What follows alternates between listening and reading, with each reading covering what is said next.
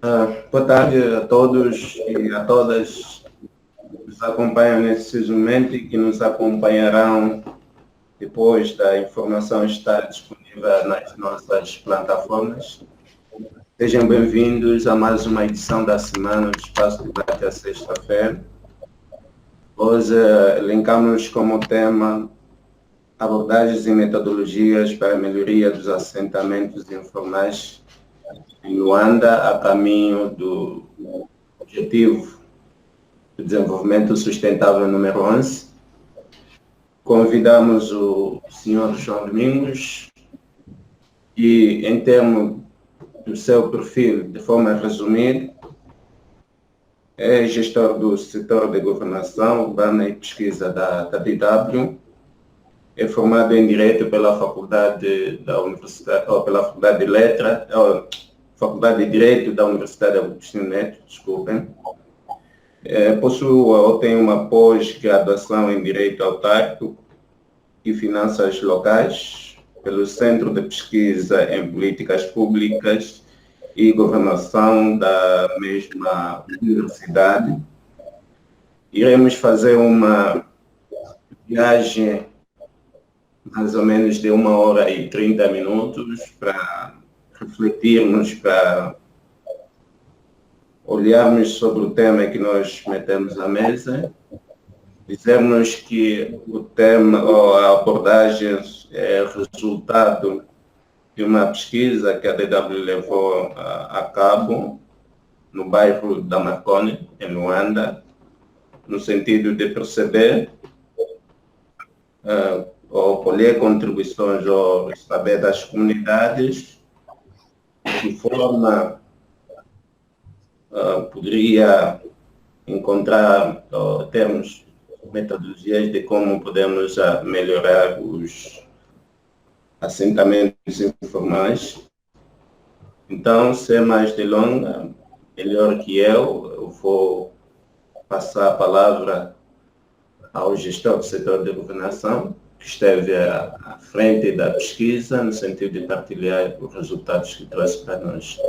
Lembrar que as metodologias para a participação ao nosso encontro continuam a ser a mesma, aquela que nós conhecemos. Não é? Aqueles que nos acompanham também pela nossa página do Facebook poderão fazer, deixando o seu comentário, a sua pergunta na descrição a partir de lá da nossa página, e nós teremos o gosto de ler. Então, sem mais delongas, vou passar a palavra para que possamos começar. Obrigado. Ok. Muito obrigado, capitão, e muito obrigado a todos que nos acompanham neste momento.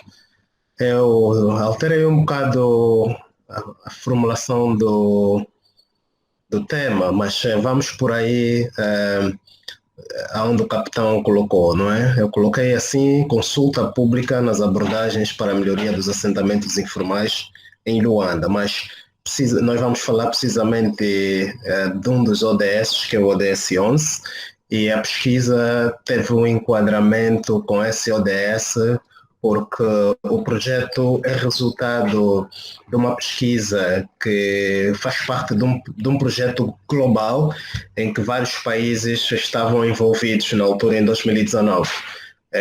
Foi apoiado pelo Conselho Internacional de Ciência e tinha como denominação Projeto LIRA, ou seja, LIRA em inglês, mas que significa Liderando Pesquisas Integradas para a Agenda 2030 em África. Então, esse nosso estudo, essa nossa pesquisa foi uma parceria entre a DW e a HSRC, que na verdade é o Centro de Ciências Humanas, é o Conselho e Centro de Ciências Humanas de uma das universidades em Durban, na África do Sul, e financiado, como já disse, pela ICSU, que é o Conselho Internacional de Ciência. Para além do nosso projeto, foram apoiados mais de cerca de 10 projetos sobre o avanço dos Objetivos de Desenvolvimento Sustentável número 11. Portanto, nós passamos com 2 projetos inicialmente. Um outro projeto que já tivemos a oportunidade de partilhar aqui com a nossa colega Sylvia Cross, que que teve como nome a coprodução de conhecimentos a caminho também do ODS 11, mas olhou para outras variáveis que não falarei aqui de momento. Então, em termos de enquadramento, só para tentar enquadrar o estudo naquilo que são as agendas, quer internacionais, como os instrumentos nacionais, como a legislação e dados que temos relativamente à questão do ODS 11, podemos dizer que a primeira referência, na verdade, nacional é a nossa Constituição, no seu artigo 85, que fala sobre o direito à habitação e à qualidade de vida. Portanto, o direito à habitação e à qualidade de vida é uma matéria que está constitucionalmente prevista e a Constituição salvaguarda isto. Dizer que existem alguns indicadores que são utilizados normalmente para avaliar a qualidade de vida. Mesmo o índice de pobreza multidimensional definiu alguns desses indicadores, como, por exemplo, o acesso à eletricidade, a questão do combustível sólido para cozinhar, o acesso adequado à habitação, que tem a ver exatamente com a qualidade e a durabilidade do material que é utilizado para habitação, questões da água apropriada, saneamento apropriado. Portanto, há uma série de indicadores que normalmente é utilizado para avaliar a qualidade de vida dos cidadãos. Portanto, tendo isso como uma das referências também, poderão ver de seguida que nos dados as perguntas também estiveram muito direcionadas para esses pontos.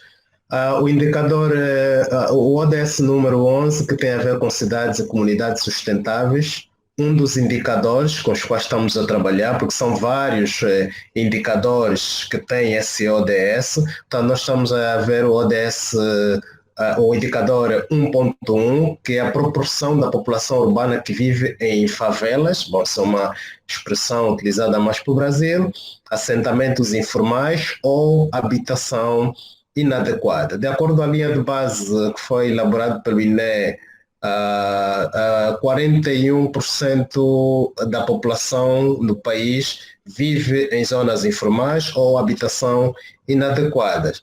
Portanto, ali os outros indicadores, o 1.1 e o ponto 3, que falam um bocado também da urbanização inclusiva, sustentável, habitação segura, adequada, preços acessíveis.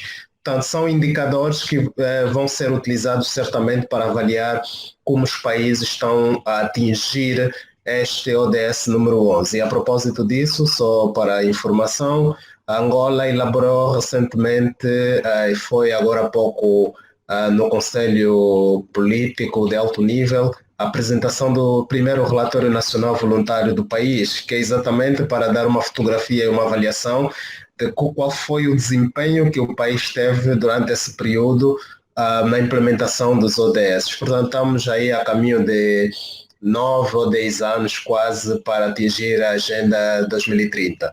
Outros instrumentos internacionais que podemos utilizar, onde podemos subtrair as questões ligadas à qualidade da habitação, à qualidade de vida, são os instrumentos internacionais, como é o caso da Declaração Internacional dos Direitos Humanos e o Pacto Internacional sobre os Direitos Econômicos, Sociais e Culturais. Então, também podemos fazer referência à nova agenda urbana, que um dos elementos chaves dessa agenda diz que é necessário não deixar ninguém para trás. Portanto, é nesse contexto que nós vamos fazer a nossa apresentação baseada num pequeno estudo que fizemos num bairro que o capitão já citou, que é o bairro da Marconi, que fica aqui. Bom, a divisão administrativa do país está sempre a alterar. Quando nós fizemos o estudo aí era Sambizanga, mas parece que de acordo com a nova divisão administrativa já ingressou no Kazenga, mas teremos que confirmar essa data. Quanto à metodologia da pesquisa, e aqui também atribuímos algum foco, é exatamente que nós utilizamos uma metodologia que o estudo chama de Transdisciplinary Research, ou seja, que é uma pesquisa transdisciplinar em que você utiliza uma variedade de métodos, desde científicos, científicos, empíricos. Portanto, nós fizemos entrevistas, foram mais de 100 entrevistas feitas, realizamos grupos focais, fizemos mapas participativos com a comunidade, conforme podem ver aí nas fotografias.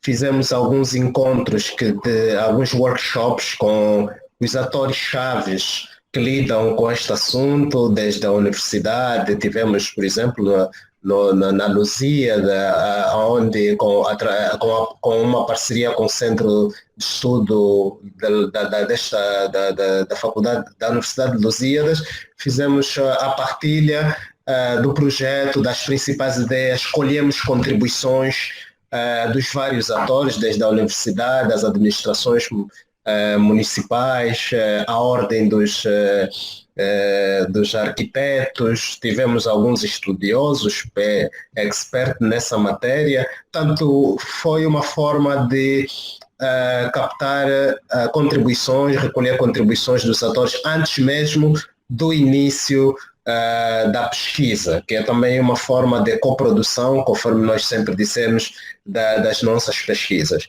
Realizamos uma outra metodologia que fizemos, foi caminhadas transversais pela comunidade, para compreender um bocado a morfologia, etc., da própria comunidade.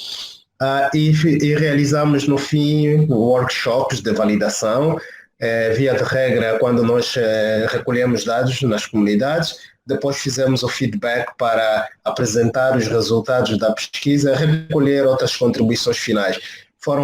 Foi feito um workshop de validação na comunidade e depois foi feita uma apresentação final dos resultados preliminares, digo assim, do estudo no INE, onde convidamos mais uma vez diferentes atores. Conforme vocês podem ver aqui o mapa, um dos mapas que está aqui, foi resultado deste trabalho participativo. Através do GPS conseguimos localizar na zona onde fizemos o estudo, que podem ver aqui nessa parte que está aqui, a Marconi situa-se aqui, porque tem a parte da centralidade, que é a centralidade da Marconi, mas nós não fizemos na centralidade da Marconi. O nome Marconi vem por causa da centralidade da Marconi. Nós fizemos aí ao redor do bairro, não é?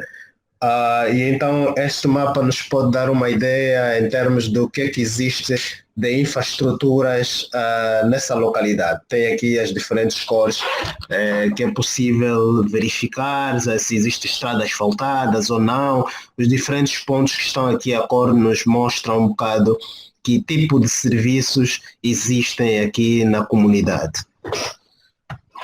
Passando então, objetivos da pesquisa, a nossa pergunta de partida era como melhorar os assentamentos informais densos, porque grande parte dos assentamentos informais aqui no país são bastante densos. Até este não é tão denso, tem outros, no Sambizanga, no Rangel, muito mais densos do que isso. Então a pergunta era como melhorar os assentamentos informais densos de maneira a permitir uma maior circulação das pessoas e bens, melhoria de infraestruturas e outros propósitos econômicos e sociais, olhando para diferentes dimensões, desde a dimensão das técnicas que devem ser utilizadas, o financiamento, a aceitação social, a segurança da posse de terra, a capacidade das pessoas em pagar ou de realizarem, digamos assim, melhorias nas suas infraestruturas de habitação, a questão da organização comunitária, o papel do governo em termos de suporte, apoios, em termos de legislação, etc, etc. Há alguns dados gerais dos agregados. Dizer em princípio que a comunidade da Marconi tem uma média mais ou menos de 420 famílias, moradores, digo assim. Não temos um dado muito certo, porque a própria administração também não tem um dado exato do número de população que existe nessa área.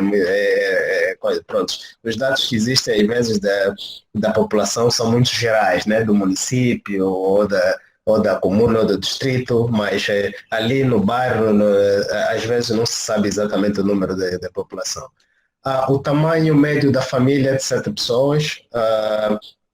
A média de membros que trabalha em período integral, nos agregados, é de uma pessoa e meia, mais ou menos, e a proporção da idade é de 15 a 59 pessoas. Portanto, nós, entre 63% das pessoas que foram entrevistadas tinham mais ou menos a idade adulta já, mas na comunidade conseguimos perceber que as pessoas que residem aí têm a idade compreendida entre os 15, estamos a dizer os adolescentes, não procuramos ver ou as crianças, mas os adolescentes eram aí de 15 a 59 anos de idade. Porque como tinha algumas perguntas que eram dirigidas para alguns adolescentes também, então nós colocamos essa idade de 15 anos. E 35% da comunidade está abaixo de 15 anos. Portanto, 4% da população está acima dos 60 anos de idade. Portanto, tentamos também perceber um bocado o grupo étnico, zonas de origem das pessoas. Isto é muito importante porque o processo de imigração interna mesmo também é muito grande, desde a guerra e até ao momento. Então, ter essa variável também para tentar perceber a origem das pessoas e como elas se assentam dentro do território. Portanto, 56% é de origem quimbundo. Bom, eu não gosto de usar essa expressão quimbundo porque em estudo sociocultural de Angola aprendemos que quimbundo é a língua. O povo não é quimbundo, acho que é como é que se diz? Já me esqueço agora, mas quimbundo é a língua. Mas pronto, não vem a propósito. Bakongo, ok. Ambundo 6%. Portanto, em termos de género, esses são os dados das pessoas já que nós entrevistamos, não é? Foram entrevistados 56% do sexo feminino e 44% do sexo masculino. Pessoas que, em termos de estado civil, 36% não casados, 54% vivem em união de facto e 6% casados, sendo que 4% eram viúvos. Em termos já dos dados, primeiro pretendíamos saber sobre o acesso à habitação, como é que as pessoas adquiriram a sua habitação. E podemos perceber que 32% das pessoas adquiriram a habitação através da herança, obteram a habitação por via da herança. E um grupo grande também de 28% das pessoas obteram por via da autoconstrução. E aí tinha uma média de 26% que vive em regime de renda e 14% que comprou a habitação. Portanto, quando perguntamos como é que as pessoas financiaram a sua casa, vimos que 4,76% das pessoas disseram-nos que conseguiram por via de um crédito formal.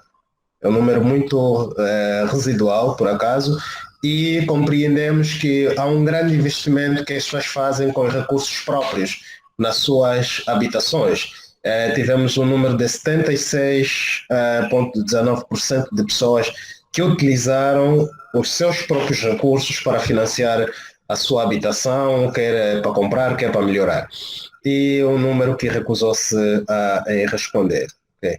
Também conseguimos perceber, e havia uma pergunta desta, que era para tentar perceber se as pessoas, para além dos rendimentos que tinham, que proviam do trabalho, quer formal ou informal, se tinham outro tipo de rendimento que provinha do uso da casa, por exemplo. Muitas famílias utilizam parte do compartimento das casas para fazer algum tipo de negócio como uma fonte alternativa para a família, ok? Então também, mais em frente, vamos ver esse dado.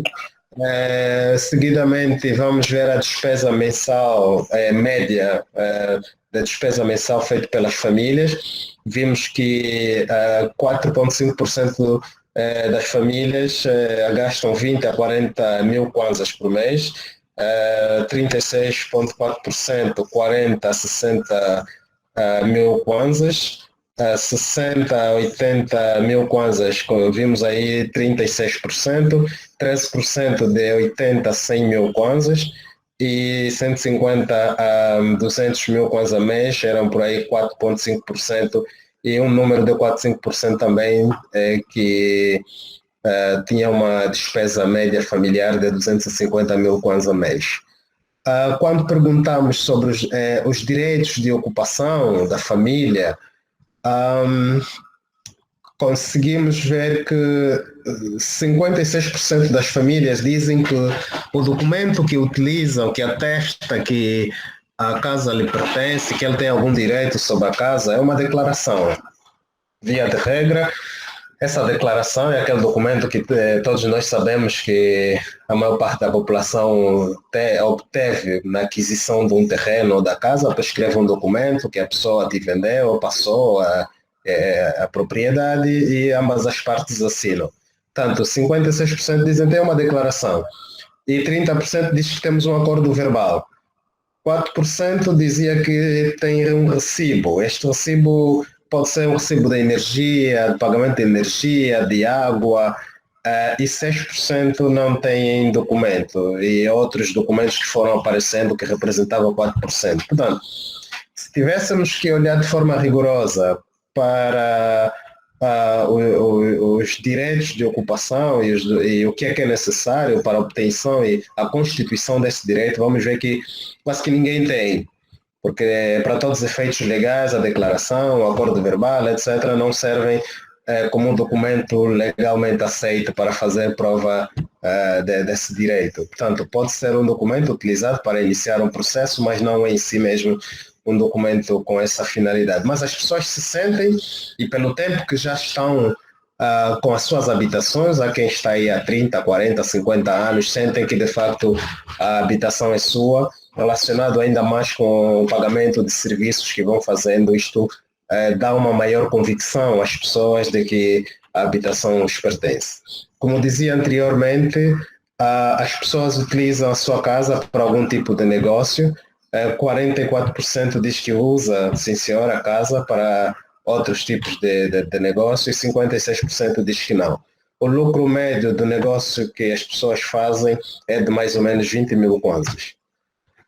Em termos de qualidade da habitação, e aqui, como dizia na minha introdução, que existem alguns indicadores que são utilizados para avaliar a qualidade da casa. Nós tentamos ver um bocado aqui, através de uma metodologia que nós utilizamos também aqui no nosso estudo da DW, que é o Poverty Scorecard.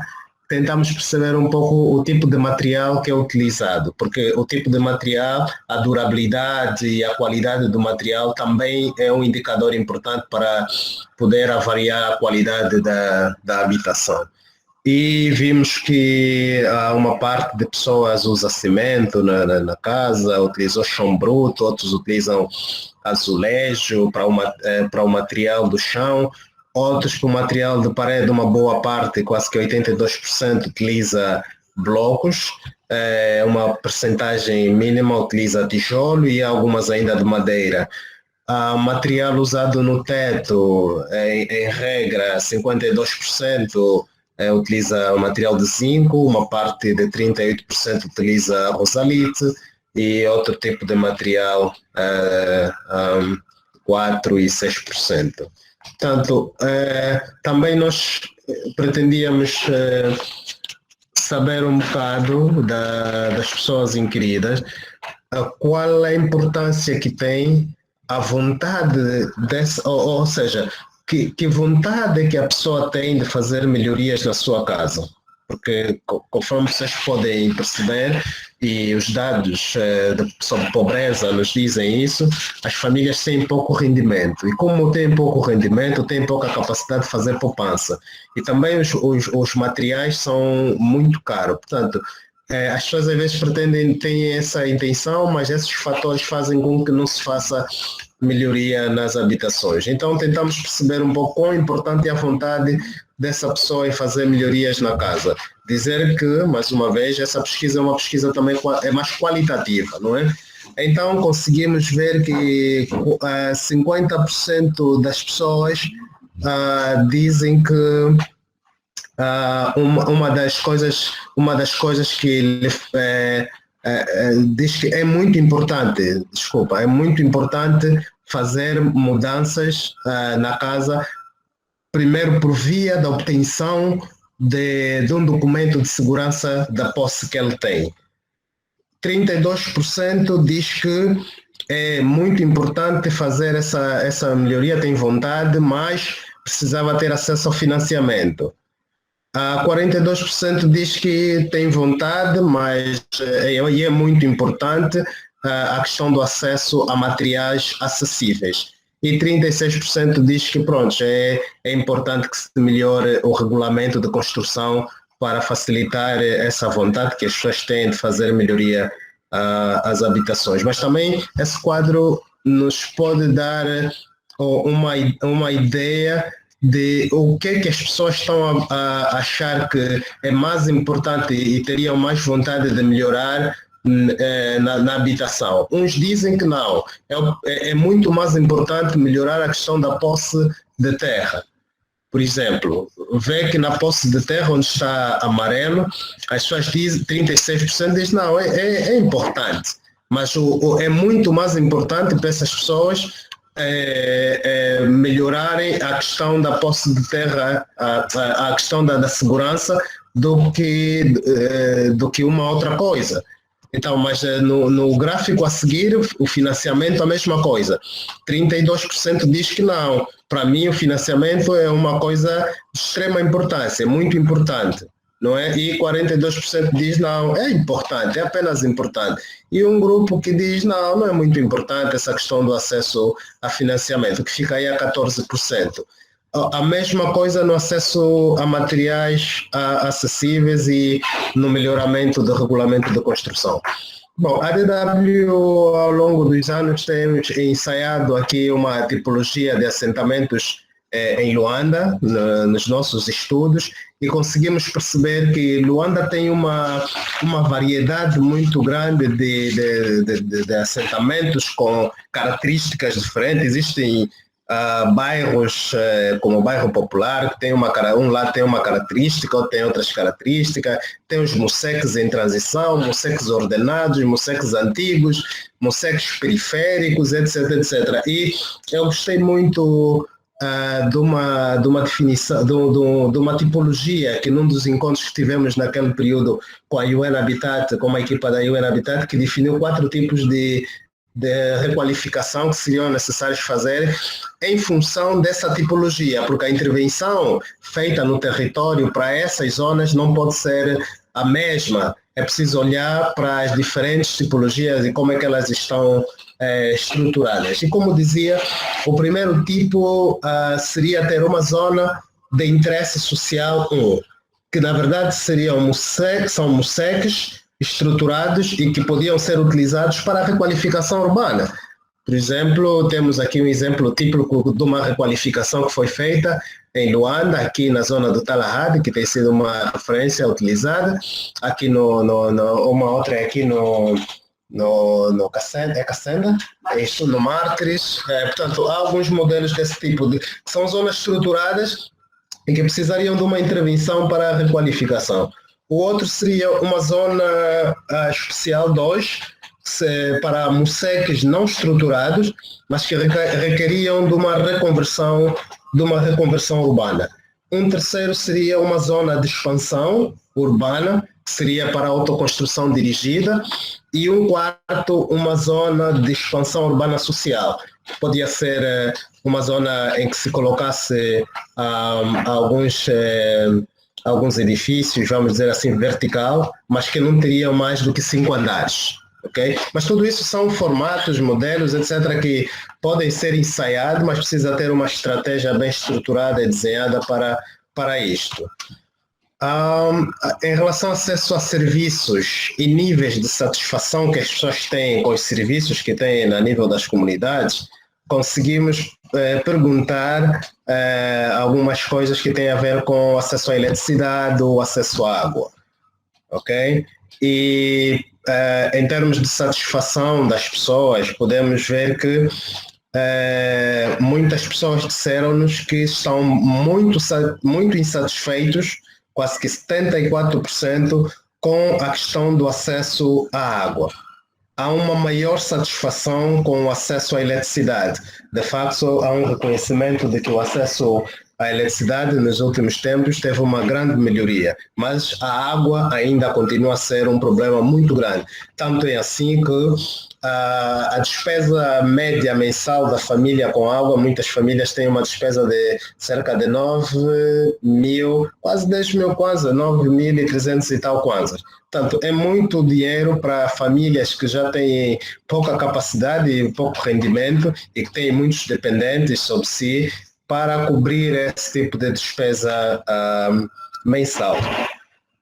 Também conseguimos perceber que, em relação a questões de saneamento, a esgoto, há casas de banho, por exemplo, latrina, descarga, seca ou manual, 4% tem latrina de descarga ou manual, 6% utiliza poço roto, 22% fossa séptica e 68% tem banheiro. Portanto, os dados do INE, também conseguimos fazer uma tentativa de aproximação. Obviamente, esses dados é de um bairro e o INE tem um dado do país e das províncias, mas é possível ver que aproximadamente um terço dos agregados familiares, cerca de 32%, tem acesso à instalação sanitária adequada, de acordo com o relatório do INPE, do INE e também com o IDREA 2018-2019 e o INPE 2020-2021. Ainda mais de metade dos agregados familiares residentes em áreas urbanas não têm acesso a uma fonte de água para beber apropriada e sanitária. Portanto, são desafios muito grandes que as famílias e os agregados ainda têm em relação a essa questão do acesso à água adequada e também o acesso à instalação sanitária. Se virem aqui um pouco mais embaixo, eu coloquei alguns dados também que foi retirado de um valor da linha de base que foi utilizado pelo INE, que diz que pouco mais da metade da população tem acesso a fontes de água apropriada para beber, sendo que 66% deste número está nas zonas urbanas e 32% nas áreas rurais. Também perguntávamos às pessoas qual é o nível de satisfação que tem com a sua vizinhança e com os diferentes serviços que a comunidade dispõe, não é? Desde o acesso ao trabalho, o acesso à facilidade à educação, o acesso a relações sociais, o acesso à atividade e recreatividade, o custo da casa. Qual é a satisfação que a pessoa tem com isto? E percebemos que, por exemplo, em relação ao acesso ao trabalho, 56% diz que é muito pobre.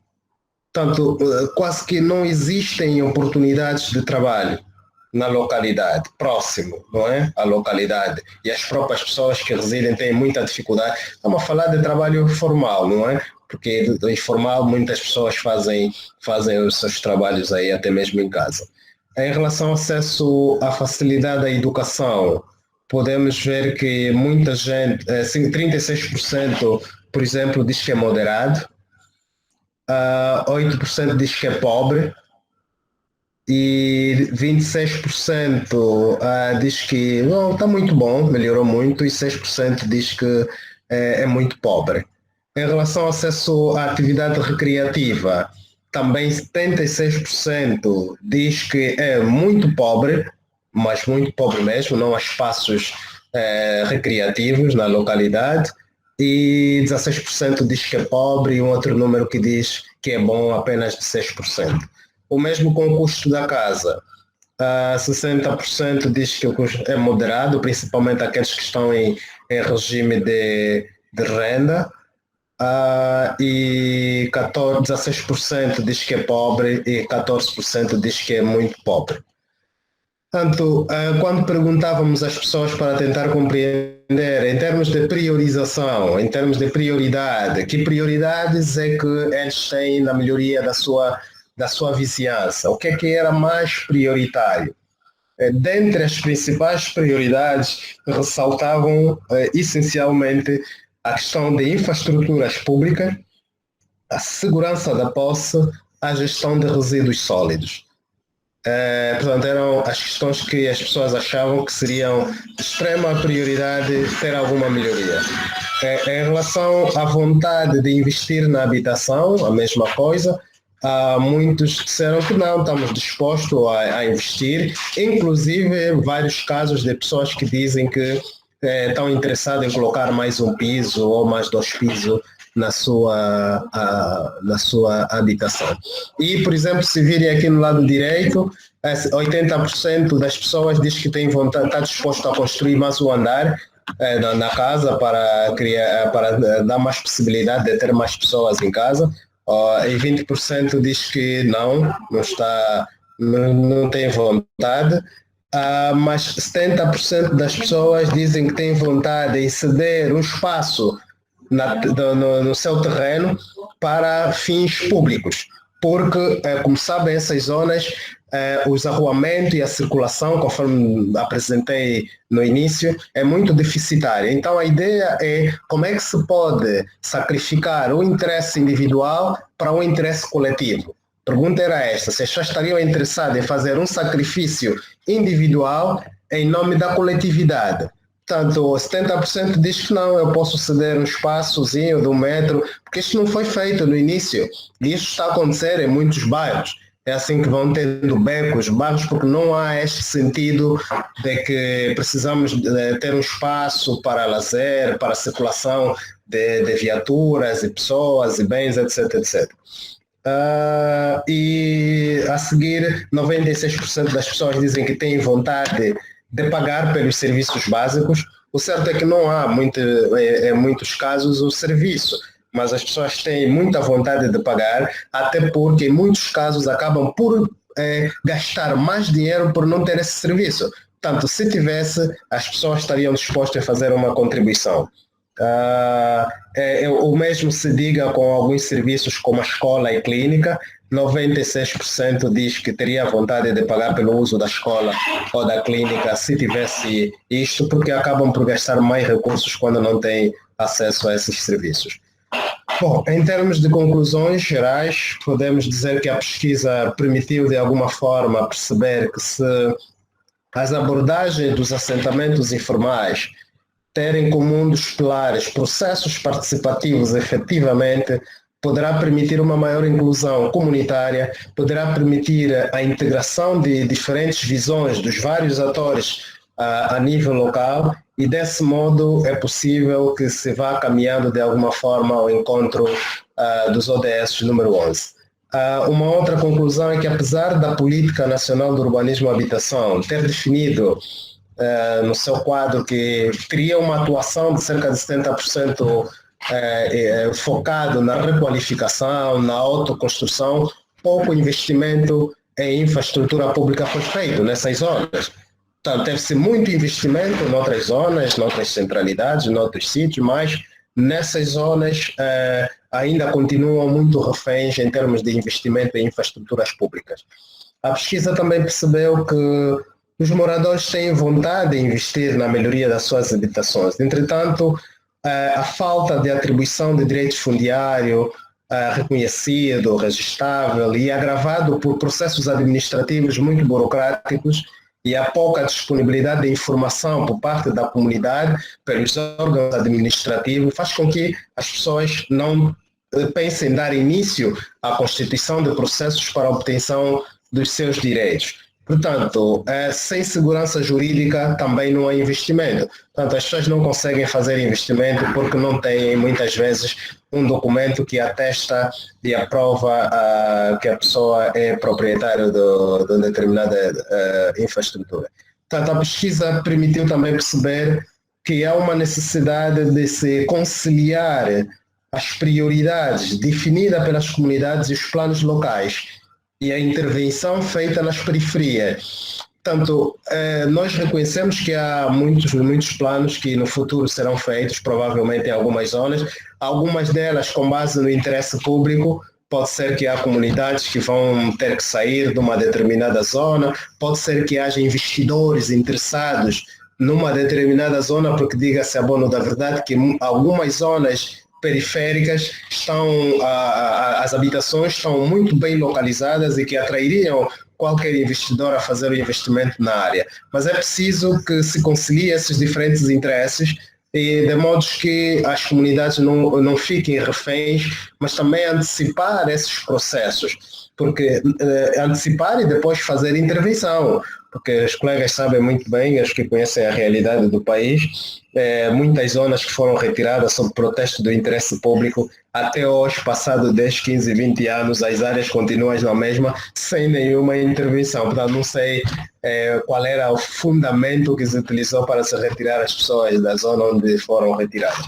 Portanto, a pesquisa não pretendeu de forma alguma dizer que o modelo de investimento que o Estado fez em construções como centralidades, como é o caso da própria Marconi, que está aí próximo do bairro, não propicia vantagens, propicia, sim senhora, mas há necessidade de considerar que no desenho das políticas sobre habitação, no desenho das políticas sobre melhoria dos assentamentos informais, a requalificação e a questão da melhoria dos assentamentos informais devem ser enquadradas no processo de produção habitacional. Ou seja, se há uma política de habitação, a melhoria desses assentamentos informais tem que ser enquadrado, tem que estar no quadro desta política habitacional. Portanto, e não apenas a questão de novas habitações ou das autoconstruções dirigidas, porque algumas dessas zonas já não é possível fazer grandes construções porque não tem espaço para o efeito. Mas então essas políticas devem enquadrar todas elas nesse processo de produção habitacional. A pesquisa também permitiu perceber que as intervenções para a melhoria dos assentamentos informais podem ser mais efetivas se explorarem os objetivos dos agregados familiares, questões como a segurança da posse, a organização comunitária, o papel das estruturas de governação e outras prioridades que as comunidades têm, não é? E também conseguimos perceber que há uma necessidade de haver uma melhor coordenação institucional nesses projetos de melhoria dos assentamentos entre os diferentes atores que intervêm no processo, principalmente as instituições públicas.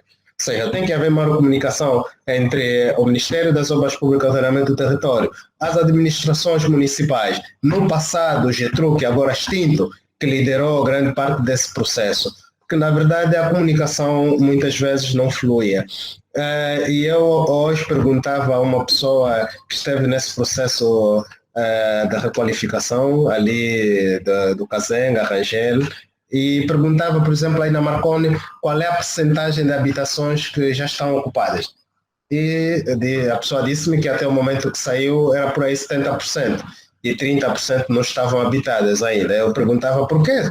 Se a ideia era criar um processo de bola de neve, que era retirar pessoas de uma zona que não estava com as condições adequadas, para depois essas pessoas serem colocadas ali na centralidade e fazer uma intervenção ali naquela zona, porque é que as habitações continuam sem pessoas a morarem lá? E mais, podíamos ir mais longe, podíamos perguntar se de facto quem são as pessoas que estão aí a habitar, se são de facto os moradores e se o projeto cumpriu com a finalidade para o qual foi desenhada. As políticas públicas têm que ter esse perfil. Ela tem um grupo que quer atingir, o grupo tem um perfil, então é preciso depois avaliar se de facto a política foi efetiva, não é?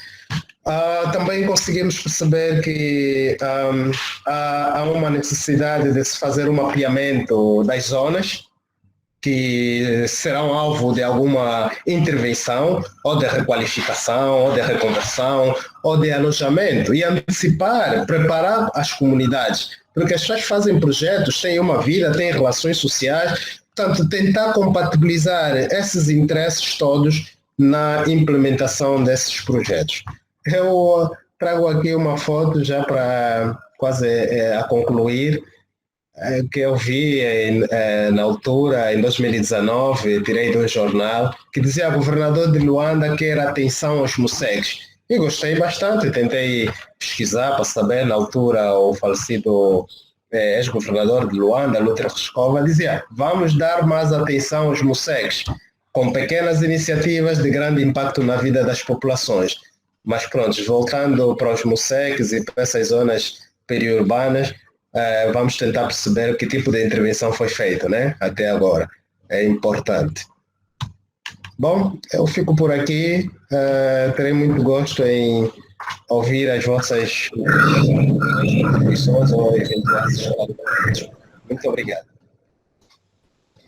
Obrigado, senhor João Domingos, pela sua explanação. Parabéns, não é? Antes de passarmos para o momento de interação, permita-me só primeiro cumprimentar algumas pessoas que se juntaram a nós, concretamente o senhor Crisóstomo Martinho, o senhor Felipe Epalanga e o nosso colega a partir do AMBO, o senhor José Festa. Então, acho que o momento é para interagirmos. Então, vou passar a palavra aos nossos internautas que nos acompanham nesse momento para conversarmos com contribuições e muito mais. Então, por favor, como não tem, a ferramenta não nos permite levantar a mão, pode solicitar-nos a palavra a partir do chat e no momento que irá falar poderá usar o seu microfone, também pode ligar também a sua câmera para nos vermos quem é quem, no que é demais. Então, estejam à vontade, o momento é para conversarmos.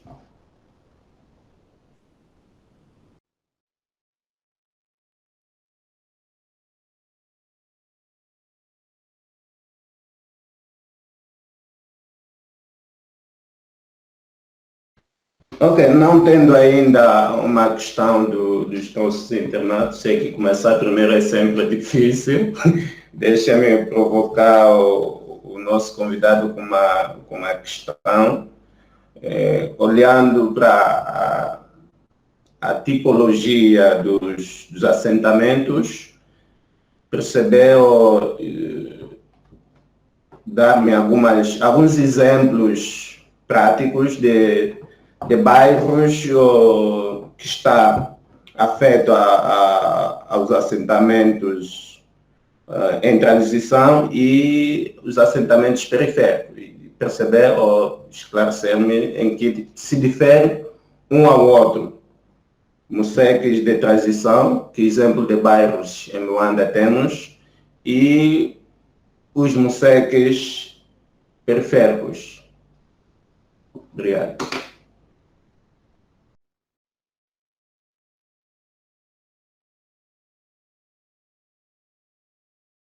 Bom, capitão, obrigado. Bom, como dizia, esta tem sido uma formulação que temos feito para tentar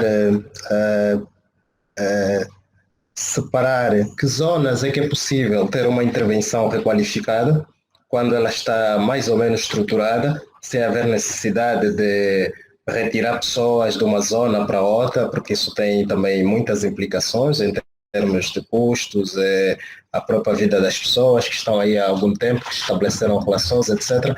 E quando não há necessidade, numa zona que é estruturada, todo mundo reconhece que e há esse consenso, é possível fazer uma requalificação que nós estamos a chamar de requalificação in situ, não é?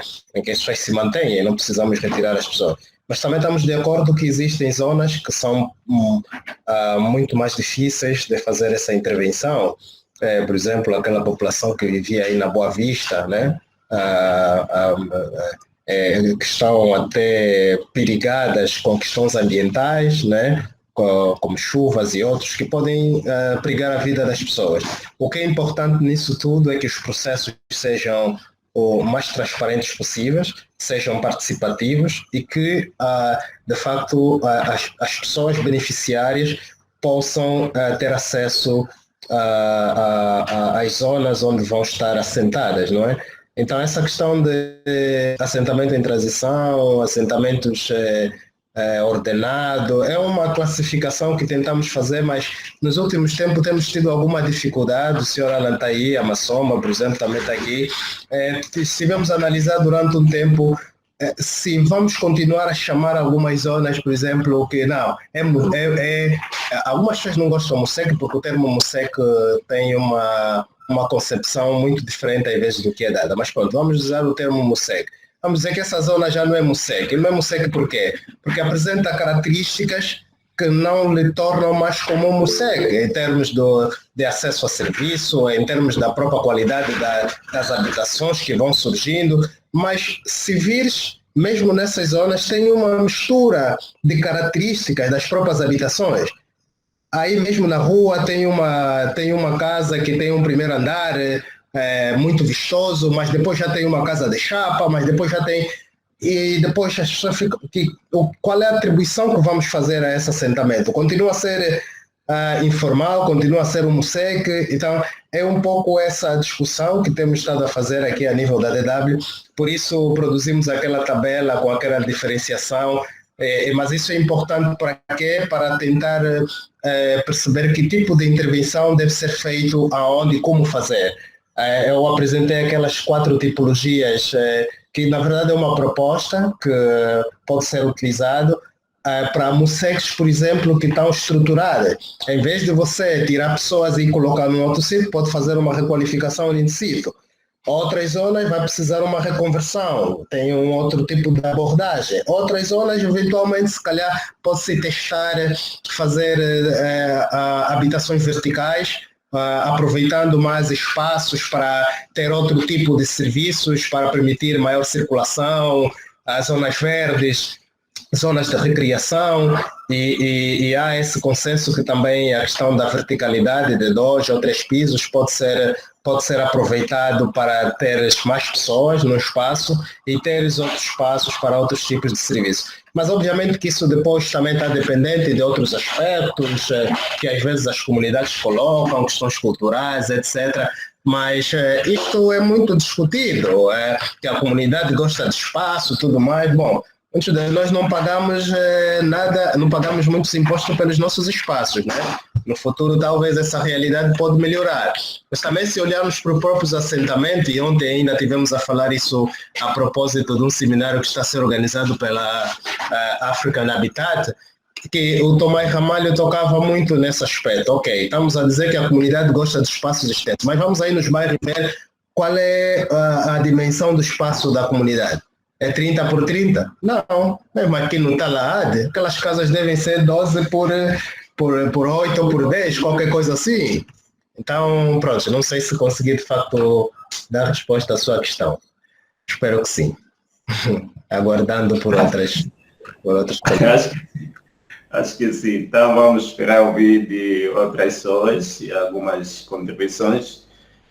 Lembrar que estamos a abordar o tema consulta pública sobre abordagem para melhoria dos assentamentos informais. Resulta de um estudo que a DW realizou, então estamos aqui a apresentar os resultados desses estudos. Queremos ouvir outras pessoas a participar, uma pergunta, naquilo que não foi claro, alguma contribuição, e estamos aqui a vosso aspecto, bem? Para que não possamos ser o dono da palavra do princípio ao fim. Não sei se eu posso. Sim, faz favor. Eu sou Crisóstomo Martins, sou arquiteto, e temos tido já conversas longas aqui com o Dr. João Domingos, e é um prazer voltar a ouvi-lo. Eu peço desculpa, cheguei tarde, estava noutra reunião, apanhei o caminho, mas eu consegui ter uma ideia do essencial, né? Do essencial do que foi abordado.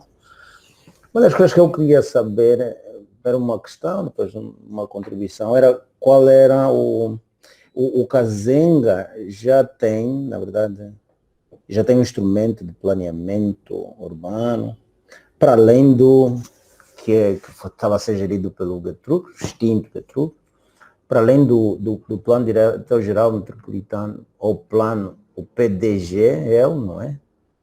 E não só, há outros instrumentos que antes mesmo destes já existiam. O que eu queria saber era até que ponto os instrumentos de planeamento urbano para aquela zona, que tem um grande valor em termos fundiários, até que ponto é que serviram de alguma utilidade, né? Tiveram alguma utilidade, tiveram... Depois, o que terá contribuído? Nós temos, daqui estou a lembrar, também já partilhamos um pouco do Dr. João Domingos, portanto, o webinar em que participamos em outubro, na Faculdade de Direito, Centro de Estudos de Direito Público da Faculdade de Direito da Universidade Agostinho Neto, onde se falava dos desafios, das dificuldades, no fundo, os problemas da implementação da Lei de Terras e a Lei do Ordenamento do Território. Se não estamos aqui em presença de um problema que também tem a ver com a aplicação, a implementação de diplomas legais que estão aí. Portanto, a falar de uma lei de terras que já tem 17 anos, já é uma menina que pode casar, né? Até que ponto é que as estruturas, os órgãos da administração local, central, portanto, estão a ser capazes de implementar isto. Por outro lado, agora com a extinção, também queria ouvir do doutor Domingos o seu comentário, com a extinção do truques e abrindo, e vimos na televisão, nos órgãos de difusão massiva, que agora a administração de Kazenga já está a tratar da questão dos direitos fundiários. Até que ponto é que isso poderá abrir portas para que possa-se então garantir a tal segurança jurídica em relação à terra de que falou? Eram estas questões que inicialmente queria colocar. Obrigado. Ok. Acho que o senhor João pode ter a palavra para comentar as questões que o senhor Crisóstomo traz a rebata, né? Ok, muito obrigado. É sempre um prazer conversar com o arquiteto. Temos estado a trocar impressões sobre os vários assuntos das nossas zonas, dos nossos assentamentos informais. Eu vou começar pela última questão, que é a questão do Getruc. Eu quando vi a notícia no jornal, por acaso quis ligar ao arquiteto, porque a matéria dizia que o município do Kazenga era o primeiro município a emitir direito de superfície. Eu fiquei surpreso. Eu pensei, bom, será que é um problema do jornalista que não sabia? Ou se a pessoa que comunicou passou informação assim? Porque não é verdade. E é bom que se diga isso. O arquiteto pode ajudar-me, que esteve há muito tempo aí na administração de Viana. Viana já passou direito de superfície. Exatamente. Cacoaco, provavelmente, então não é uma novidade assim, conforme foi colocado ali Só que alguns não passavam, mas a própria lei já previa que os municípios emitissem direito de superfície. Então essa ressalva só aqui em relação a essa matéria. Eu acho que existem muitas oportunidades para garantir essa questão da segurança jurídica, e as oportunidades, desde logo, para os vários intervenientes, até mesmo a própria sociedade civil. Por exemplo, pode-se fazer uma campanha ampla de consciencialização dos cidadãos da necessidade, da importância e do valor que tem a pessoa constituir esse direito, ok? As associações que trabalham a nível local, mesmo as próprias comissões de moradores deviam ter algum interesse nisso, se de facto tivessem a representar de forma condigna os interesses das comunidades. Portanto, seria muito bom para os atores que têm projeto, que trabalham com as comunidades, fazer uma campanha massiva com as comunidades para passar a mensagem. E não só sobre o valor e importância, mas os requisitos, mas como ter acesso aos documentos, como tratar os documentos, onde tratar os documentos. Muitas vezes as pessoas não têm informação mesmo.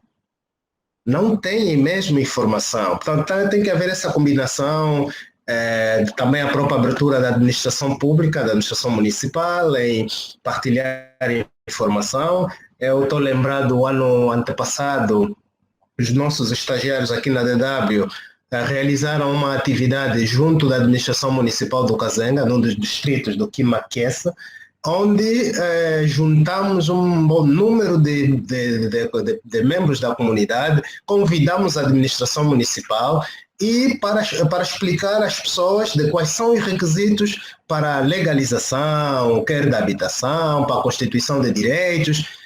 E, surpreendentemente, a maior parte das pessoas não sabia o que fazer, nem tinha ideia que isso era necessário. Portanto, isto é um ponto.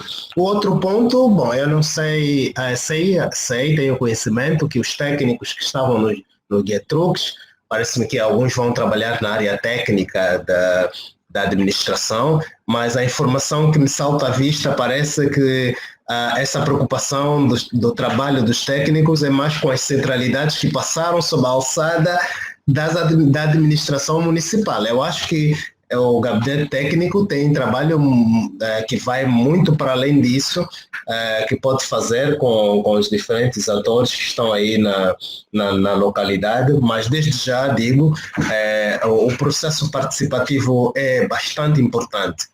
Os técnicos precisam trabalhar com as comunidades, precisam trabalhar com os atores locais, porque esse processo não é apenas um processo técnico, é um processo que envolve aspectos sociais, econômicos, etc. Então é preciso trabalhar com os diferentes stakeholders ali juntos, num processo de planeamento participativo, e esse processo pode ajudar a própria administração, no contexto que estamos a enveredar da implementação de autarquias, de orçamentos participativos, pode ajudar a definir que ações, que prioridades nesse domínio da habitação, do urbanismo, podem ser atacadas. Portanto, é uma oportunidade que existe nesse momento e eu espero que esse grupo e essa equipa técnica venha, de facto, a trazer essa mais-valia para o município. Bom, em relação à questão que o arquiteto coloca, bom, isso é um problema generalizado, né, da implementação das leis.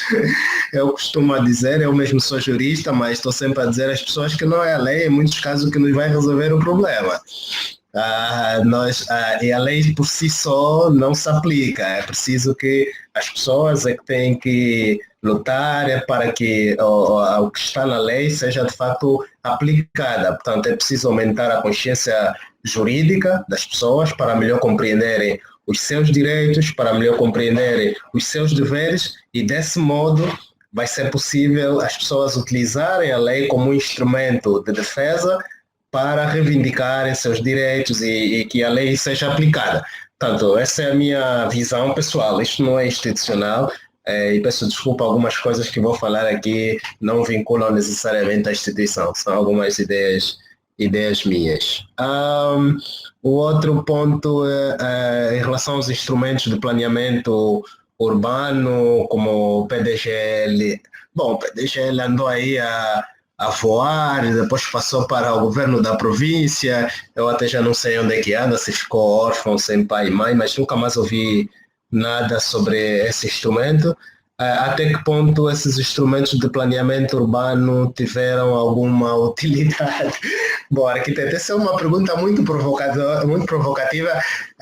Acho que alguém do governo, se tivesse aí, podia ajudar a responder essa pergunta. Eu podia também tirar a pergunta ao próprio arquiteto, que trabalhou na administração de Viana durante muitos anos, mas é possível ver que muito pouco em relação à utilidade desses instrumentos foram feitos, né? Eu não conheço muito sobre essa matéria e não consigo lhe dar com precisão uma resposta. Se outros colegas que estão aí podem apoiar, eu agradecia.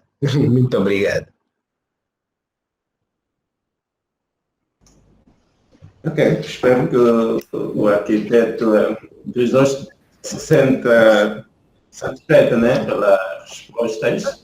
Senão,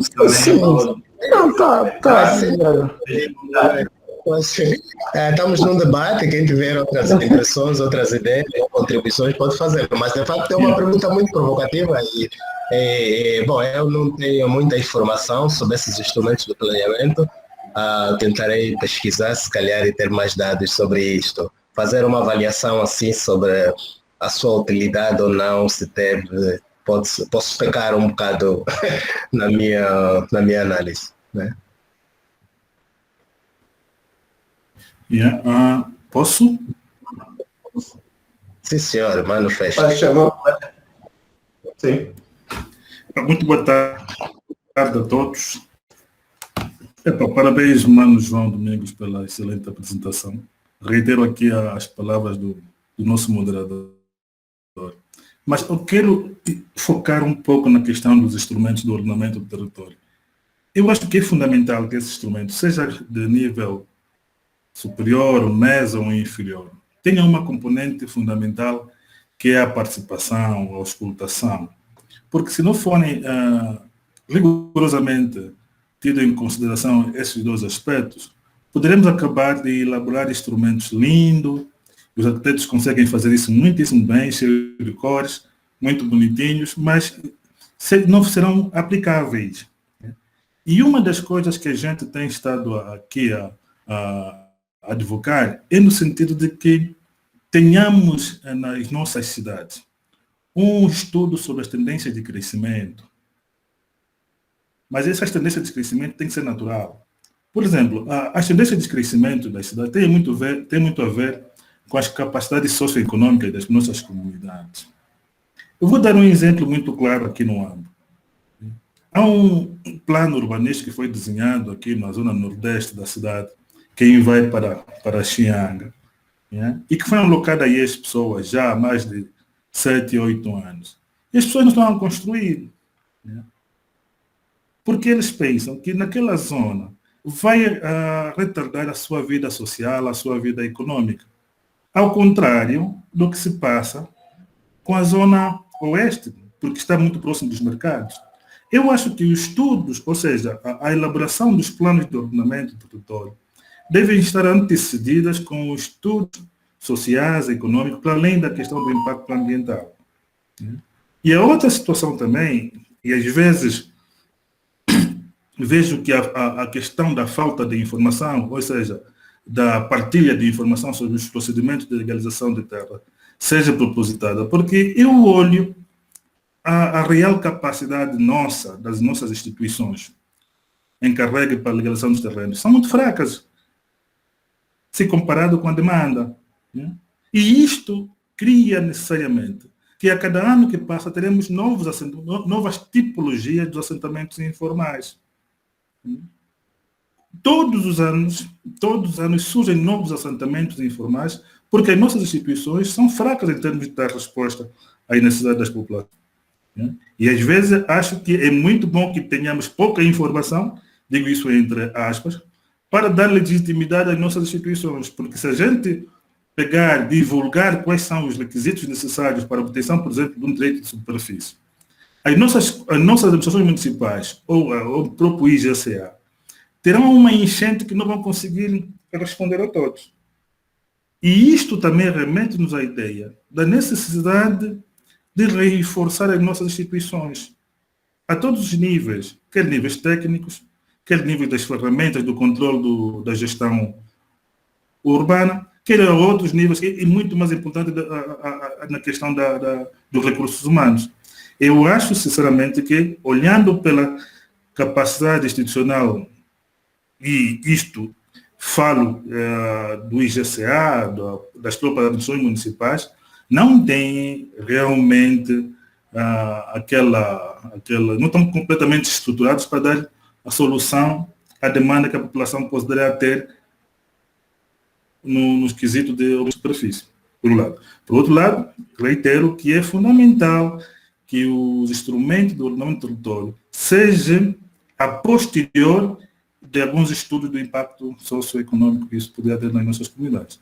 Bem, são essas pequenas contribuições que eu queria ter, embora muitas delas deslocadas com a cidade de Luanda, mas porque também eu vivo no âmbito e sei como é que a nossa cidade cresce, por isso fiz esse tipo de analogia. Muito obrigado. Obrigado pela sua participação. Vamos passar a ouvir o nosso proletor, se tem alguma coisa a acrescentar nessas contribuições do colega Festo? Não, pô, normalmente tenho dificuldade de comentar comentários. É uma contribuição que o Festo fez, muito obrigado, Festo. E acho que, de facto, não deixa de ter razão. A questão de avaliar as tendências de crescimento da população e fazer uma melhor distribuição espacial do território para permitir que não é, as pessoas estejam também em locais onde tenham maiores oportunidades, porque a questão da habitação também tem a ver com as oportunidades que as pessoas podem ter. Por isso é que muitas vezes nós não percebemos como é que as pessoas querem residir num sítio, porque provavelmente têm maiores oportunidades de acesso ao trabalho, têm maiores facilidades de acesso à educação para os filhos. Então, tudo isso é muito importante para você prover maior qualidade de vida para as populações, mas também fazer com que todos esses instrumentos de planeamento que são desenvolvidos, que são criados, tenham em conta de facto algo que o Festo falou muito importante, que é de facto tentar perceber antes da elaboração dos instrumentos, fazer outros estudos, podem ser diagnósticos simples para tentar perceber os impactos, quer sociais, impactos ambientais, sobre o espaço em que se pretende fazer a intervenção. Mas também é preciso comunicar, os instrumentos têm que ser comunicados e têm que comunicar. Muitas vezes são desenvolvidos e criados instrumentos que depois ficam mesmo ali e ninguém conhece. Só os mais iluminados, alguns que vão à busca de informação ou para fins acadêmicos ou de pesquisa, conseguem saber da existência daquilo. Todo o resto, ninguém sabe nada. Eu trabalhando nesta área social há muitos anos, um dos erros que muitas vezes técnicos de determinadas áreas falham é pensar que nós é que somos os técnicos, vamos dizer o instrumento e ponto final. É mentira. Mesmo um leigo na comunidade pode dar uma contribuição, porque nós é quem vamos estar afetado com o problema. É melhor do que ninguém. Nós até sabemos algumas coisas como é que se pode fazer. Você pode nos explicar tecnicamente como funciona, mas nós também temos ideia. Eu estive ontem ainda a rir com os colegas aqui, eu disse, olha, aqui em Angola, todo mundo o que fez casa é arquiteto, porque são poucos os que contrataram um arquiteto. Chamamos o pedreiro e começamos a explicar, olha, o meu quarto vai ser aqui nesse lado vai ser a cozinha, aqui em frente é o corredor, não é isso. Então, não podemos ignorar a experiência vivida das pessoas, o conhecimento. Esses instrumentos todos têm que ter, e é essa abordagem que estamos a tentar trazer aqui também para o espaço, e o estudo também usou muito esta ferramenta, que é de envolver as diferentes partes interessadas na produção de conhecimento, na produção de instrumentos, e isto cria maior apropriação, faz com que as pessoas recebam responsabilidades, cada ator vai poder perceber qual é o nível de responsabilidade que tem na implementação do instrumento, desde o investidor, a comunidade, o governo. Portanto, cada um vai poder perceber qual é o papel que pode desempenhar na implementação do instrumento, ou de uma política, ou de um projeto. Portanto, é um pouco esta visão que estamos a trazer aqui, compartilhada entre atores, a definição das responsabilidades. Bom, era essa a contribuição que eu podia fazer. Muito obrigado. Ok. Vamos só olhar mais uma questão do nosso companheiro, Evandro Ross, né? Se ainda estiver aí, então tenha vontade de participar. Boa tarde, Evandro. Boa tarde, senhor Domingos. Não, desculpa, primeiro de tudo, antes pelo atraso. Como sempre, acho que estou com reuniões, mas eu consegui acompanhar boa parte da conversa. Infelizmente, perdi a apresentação, mas eu tenho certeza que foi excelente, como sempre. Para os que não me conhecem, sou ponto focal do UN Habitat para Angola. Eu sou, colega, agora ex-colega, porque o nosso antigo companheiro, já referido pelo João Domingos, Tomás Ramalho, nessa instituição, mas continua, enfim, de certa maneira, influenciando o nosso trabalho.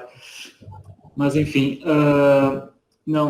eu acho excelente a discussão que que se formou especialmente, acho que o ponto levantado pelo colega também, Moisés Presto, em relação à questão da utilização dos instrumentos e como realmente esse tipo de experiência pode ser refletida, não só nos instrumentos de planeamento, mas, enfim, nas próprias políticas e regulamentações não relacionadas ao desenvolvimento urbano, habitacional, enfim, todos os tópicos não, que estão associados com essas áreas. E, de certa maneira, é um pouco alinhado, bastante alinhado com o trabalho que nós estamos fazendo em relação ao desenvolvimento da política habitacional e também da estratégia de melhoria dos assentamentos informais. Então, eu gostaria de fazer rápidos comentários e uma rápida pergunta também a respeito desse assunto. O primeiro que, enfim, como se precisasse, eu tenho certeza que não precisa especialmente desse fórum, ressaltar a importância não, de referir e entender como não, que essa regulamentação, esses instrumentos influenciam não, no trabalho que é feito nos assentamentos e o fato, por exemplo, deles ser chamados informais ou não informais, ou estruturados ou não estruturados, é basicamente um resultado da regulamentação que existe. Não? A gente sabe que a definição do que é informal e quais são os aspectos não, que caracterizam um assentamento informal são coisas que são definidas na legislação e podem ser mudadas também de acordo com o contexto e devem ser caracterizadas de acordo com o contexto de cada país. Não, e além disso, conforme também muito bem referido pelo senhor Festo, é que eles acarretam em uma ou facilidade ou dificuldade nos governos implementar certas ações. Não? Acho que se comentou, por exemplo, da questão de direito de superfície ou outros direitos de acesso. E se a regulamentação faz com que esse processo seja muito difícil, então o governo ou não vai fazer ou vai ter muita dificuldade em fazê-lo. Então, tentando tirar do outro lado como que se pode utilizar, por exemplo, a experiência não, que foi apresentada hoje.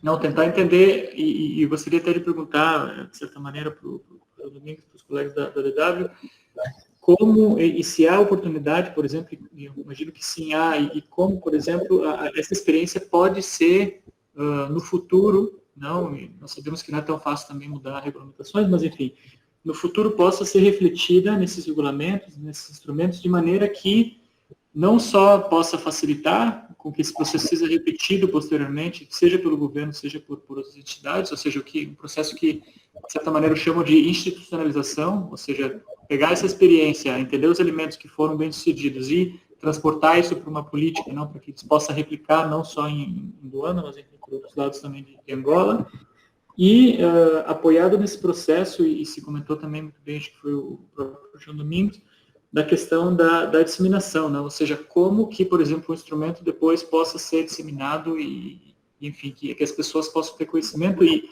justamente o fato de que os instrumentos e regulamentações já vêm de uma experiência local, não, que as pessoas já participaram, já quer dizer que é meio caminho andado, não? Ou seja, eles já vão ter conhecimento do instrumento mesmo antes dele ser estabelecido, porque eles já fizeram parte da própria elaboração, não, desde o seu início. Então, uma vez mais, só ressaltar a importância dessa discussão e realmente essa perspectiva que nós queremos levar para esses instrumentos que estão sendo estabelecidos e, enfim, quem sabe deixar como uma pergunta um pouco mais aberta, quais as oportunidades que vocês veem, por exemplo, de acordo com essa experiência no Marconi, se não me engano, de refletir, por exemplo, seja no instrumento de planeamento territorial, seja numa política, ou seja em alguma regulamentação, como, por exemplo, a Lei da Terra ou a própria Política Nacional de Habitação.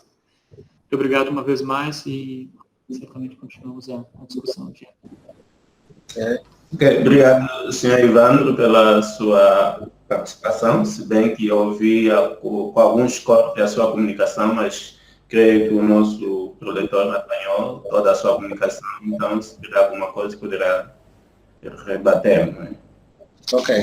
Não, eu gostei, Evandro, muito obrigado pela intervenção, dos comentários feitos, reforçou alguns pontos que foram mencionados pelo colega Festo, mas também colocou um desafio de saber quais são as oportunidades que existem para que essa experiência possa ser replicada e possa ser certamente incorporada nos instrumentos, quer de planeamento, ou em alguma lei ou alguma política. Eu acho que o contexto nos apresenta algumas oportunidades. Desde logo mesmo o nível do município, algumas tarefas que eram outrora do nível central ou do nível de departamentos ministeriais, vão passando gradualmente para o nível dos municípios, não é? Essas questões mesmo de direito de superfície e outros vão passando. Então, eu acho que há aí uma porta, uma janela de oportunidade para poder influenciar esses processos para que possam adotar parte dessas experiências e metodologias utilizadas. Eu sei que para além dessa experiência, há muitas outras experiências, inclusive a própria experiência do Getrux. Se o arquiteto Elídio Daio estivesse aí, eu sei que ele iria falar também. Houve um processo, houve coisas boas que, obviamente, poderiam ser aproveitadas, aquelas coisas, as lições positivas daquele processo e serem absorvidas e olhar para essas outras experiências e se avançar. Portanto, eu acho que sim, Evandro, há esta janela de oportunidades, mesmo nos diferentes níveis.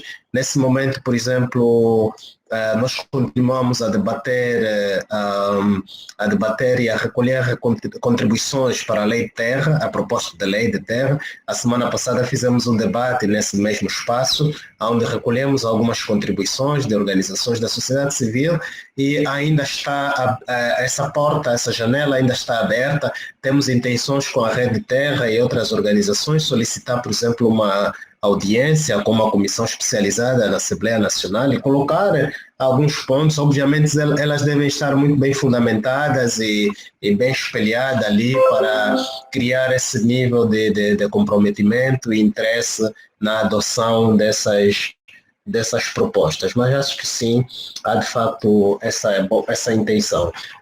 Mas também dizer que quando o Evandro falava de colocar, por exemplo, essa questão, essas experiências em regulamentos, etc., um dos pontos que foi muito levantado também nessa pesquisa foi a questão as questões legais mesmo também. Questões legais, desde logo, para a obtenção dos direitos, as burocracias administrativas, mas também as oportunidades para os investidores.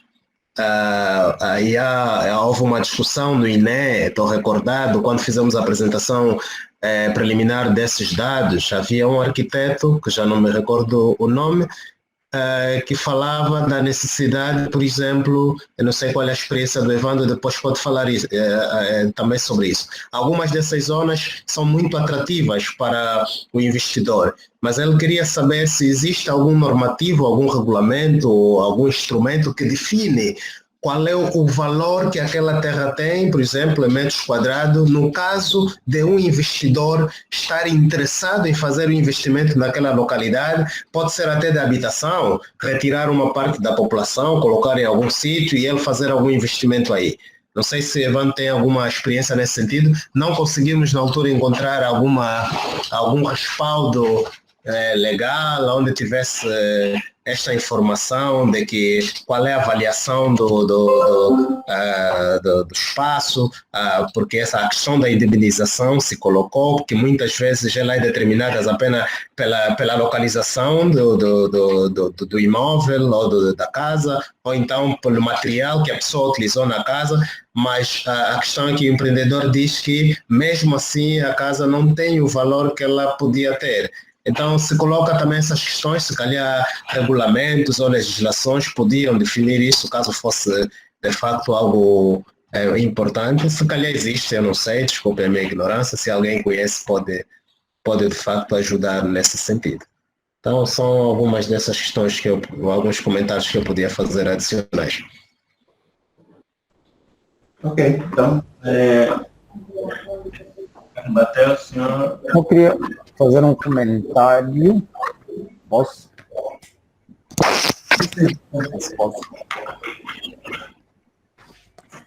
Posso. Alô? Em relação a essa questão que o doutor João Domingos coloca, a questão do preço. Por exemplo, em relação ao direito de superfície, o doutor Lazarino Pulson dizia que nós temos um um direito temos uma situação em que nós falamos apenas um direito fundiário, né? Não sei porquê, quando a lei de terras permite, a lei de terra prevê 5 tipos de direitos fundiários, incluindo o direito de propriedade. Eu não sei porquê que nós não falamos, diferente de Moçambique, e nós temos estado a ter muitas conversas com o João Domingos, diferente de Moçambique. Ainda ontem ouvimos um arquiteto, agora não me lembro o nome dele, o Tique, que tem... Portanto, exatamente, Moçambique tem, portanto, a terra é propriedade do Estado e não se pode constituir direito de propriedade. Falam de uma, como é que se chama? É a DUAT, né? Eles têm lá a DUAT e tal. A nossa legislação fundiária permite que se constitua direito fundiário. Eu, sinceramente, tenho alguma dificuldade de perceber porque que nós hoje, 14, né? Vamos lá, 17 anos depois da aprovada lei de terras, 14 anos depois de aprovado o regulamento, nós temos dificuldades de abordar um direito fundiário que está previsto na lei e está regulamentado. Essa é a primeira questão. E, ainda mais, num casenga, onde nós não só temos instrumentos de ordenamento do território, que normalmente costumam ser vistos como um impedimento para não constituir direitos fundiários nos termos da lei. Não só existem instrumentos de ordenamento do território, mas tu tens uma coisa ali no casenga que é a questão de consolidação. Muitas pessoas já têm a ocupação consolidada, portanto, com habitações que têm valor imobiliário. E aqui, por que não? Por que não avancemos? Agora, aqui também uma questão que é interessante. Nós temos problemas da implementação das normas, das leis, mas também temos alguns problemas na definição. Fala-se muito de que nós temos muitas leis, mas nós estamos à espera que dois ministérios definam o valor de direito de superfície. Estamos à espera disso há quantos anos? Há 16 anos. Ou seja, quem tem a competência de determinar o preço do direito de superfície em função da localização, da infraestruturação, etc., porque o preço são 2 ministérios por decreto executivo conjunto, Ministério das Finanças, e agora o Ministério Minopote, Ministério do Ordenamento do Território. Portanto, aqui temos também um vazio que pronto, tem que se falar para que efetivamente surjam esse instrumento que permite então, porque o que está a acontecer hoje, o Dr. Domingos disse bem, falou de Viana. Viana, de facto, começou a tratar de direitos de superfície em 2014, depois teve que parar porque, portanto, Belas em 2016, Cacoaco começou muito antes, porque não nos esqueçamos, essa questão também do Dr. João Domingos coloca, em 2014 saiu o decreto 293/14, que veio alargar a desconcentração administrativa, veio extinguir as direções provinciais e criar direções municipais, criou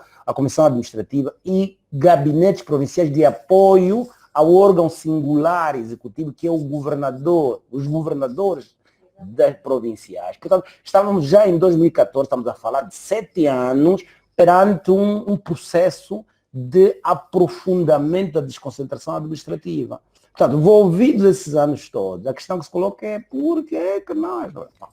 Agora, em relação ainda aqui, o comentário em relação ainda aqui à questão do preço, a questão, a lei de terras de regulamento, em relação ao preço do direito de propriedade, não é tabelado.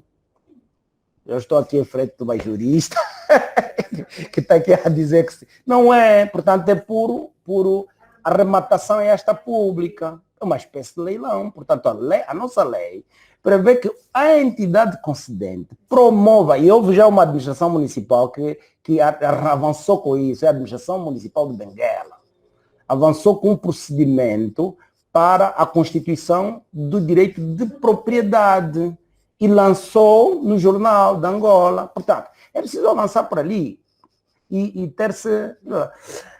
Instrumentos. O arquiteto, o doutor João Domingos devolveu uma questão. Nós temos o problema da implementação. E vamos falar disso do habitat, vamos estar no mesmo painel, vamos falar um pouco mais disso. Mas aqui, fenômenos, questões muito interessantes aqui, não sei se diferente do doutor João Domingos, que pode falar à vontade, mas aqui coisinhas aqui na relação entre as instituições, não é? Algumas coisas um pouco compreensíveis, não é? e que talvez os deuses percebam melhor, que levam a que, de facto, a implementação seja. Há auscultação, eu trabalhei no plano diretor de Viana, houve auscultação, trabalhamos, apresentamos, ouvimos a comunidade, mas o plano, a implementação dele ainda está aquém daquilo que se esperava. Tem que se trabalhar, tem que se estudar, tem que se ouvir bastante para que, de facto, os planos não saiam da gaveta. Eu me lembro de um fórum que foi organizado pela DW, em que vieram o pessoal acho que é a City Alliance, ou Alliance City, tal, que falava-se disso, em África há um problema. Os planos, mesmo quando são elaborados, depois ficam nas gavetas dos gestores urbanos e é preciso sair disso. Obrigado. Ok, obrigado, senhor arquiteto. O Evandro partilhou um link aí sobre aquela questão do financiamento que falei. Quem estiver interessado pode ir no chat e ver o link. Mas se o Evandro quiser fazer algum comentário, acho que podia rapidamente, não, capitão? Desculpa. Pode ser, eu queria já passar a palavra, mas já pode tomá-la. Ótimo, obrigado. Não, vou bastante rápido. Realmente essa questão da avaliação enfim, poderíamos entrar inclusive na discussão do que é o preço da propriedade, não, que é o preço, enfim, da disponibilidade do próprio solo, do preço da construção das infraestruturas e o valor, não, que são dois conceitos diferentes. E o valor geralmente é dado de acordo, inclusive, com o instrumento de planeamento. Então, se o instrumento de planeamento estabelece que esse terreno pode se construir até 10 andares, o valor é 1. O preço continua o mesmo, não? O preço de instalação da infraestrutura continua o mesmo. Agora, o valor é outro, que tem possibilidade de construir muito mais, obviamente, se tem muito mais rendimento não, a partir dessa propriedade. Agora, se é isso pode ser para o uso comercial, por exemplo, o uso industrial, o uso habitacional. Então, é interessante ter essa discussão também, e é um tópico que, enfim, existe uma ferramenta não desenvolvida não só pelo Human Habitat, mas em colaboração com muitos mais parceiros, que eu dei o acesso aqui no chat, que é uma iniciativa chamada GLTN, Global Land Tool Network, e, enfim, é uma tentativa, não? Ou seja, eles mesmos falam que é sempre muito complexo, porque cada contexto é um contexto e ela tem que ser adaptada a cada um da situação, de acordo com, uma vez mais, com os instrumentos vigentes, que é a questão de como realmente funciona o mercado, e eu coloco o mercado entre aspas, não, porque existe diferença do mercado bem, como que essa avaliação ela pode especialmente beneficiar as pessoas de menor rendimento e etc, etc. Então, uma discussão realmente bastante pertinente e enfim, é um dos elementos que deve ser reforçado, por exemplo, nas questões de regulamentação e políticas, até para que se diminua o risco de avaliações que sejam feitas de maneira aleatória, não? E cada vez que se tem um terreno novo que tem que ser avaliado, se utilizem regras diferentes. Nós sabemos que não só é uma insegurança jurídica, mas também abre uma porta gigantesca para corrupção e questões judiciais, no final das contas, nós todos queremos evitar. Obrigado uma vez mais pelo espaço. Ok, obrigado. Antes de passar a palavra ao nosso preletor, será a última no caso, né? Depois terá 1 minuto para a última palavra, depois de fazer seus comentários. Mas deixa-me só ler um comentário do ilustre Sapalo Catingona, a partir da nossa página do Facebook, que diz o seguinte: a concessão do direito fundiário, em boa verdade, é feita em leilão. O legislador devia determinar os critérios para atribuição do valor para permitir que famílias carentes possam ter acesso à terra, no caso. Então, esse é o nosso comentário que nos enviaram pelo companheiro Sapalo Catingona, a partir da nossa página do Facebook, onde ele nos acompanha. Então, o nosso convidado, nosso leitor, tem a palavra para as devidas comentários que se impõem, no caso, repito, e depois terá o último minuto para a última palavra. Já o último minuto. Vou falar já de uma vez, capitão. Também já estamos muito para lá do tempo. Eu vou já fechar. Eu apenas mais um único comentário a fazer, que é também uma recomendação, não só do trabalho que temos estado a fazer nessa perspectiva, mas também mesmo de documentos que vamos consultando da UN Habitat e de outros parceiros que trabalham com a temática dos assentamentos informais e principalmente aqueles assentamentos que, como em alguns dos nossos casos temos assentamentos muito densos, eles se tornam de facto, quando não são feitas as intervenções necessárias em termos de investimento e infraestrutura, a densificação destes assentamentos tornam-se num grande problema. E tornam-se um problema desde logo com a falta de espaços verdes, a questão da falta a questão das altas taxas de criminalidade vão aumentando, as questões de poluição, e pode ainda criar um problema sério, que é o problema da segregação daquelas comunidades que são mais pobres. Portanto, eu sei que há um interesse institucional da parte do governo em trabalhar com algumas dessas questões. Nós mesmo, como disse o Evandro, estamos a trabalhar nesse momento na política nacional da habitação e no perfil habitacional. Esperamos que esse processo vai ser de facto amplo. Temos algumas sessões de consultas públicas que vamos ter que levar a cabo para ouvir as diferentes opiniões, visões, etc. E ser uma política, um perfil mais ou menos consentâneo com a realidade do país e que vá de encontro com algumas das ansiedades das nossas comunidades, não só para acesso a novas habitações, mas também para a melhoria de bairros e de assentamentos que já existem e que carecem de alguma dignidade para o melhor prover o acesso à habitação, que, como já disse anteriormente, ela tem outras dimensões que não passam simplesmente pelo acesso à casa. Okay? Muito obrigado, então, pela participação de todos e pelas vossas contribuições. E me despeço assim com este último comentário. Muito obrigado. Obrigado, nós aqui agradecemos pela sua disponibilidade, desejamos um bom final de semana a todos e reiteramos o convite para o próximo encontro. Obrigado. Obrigado. Até já. Até já.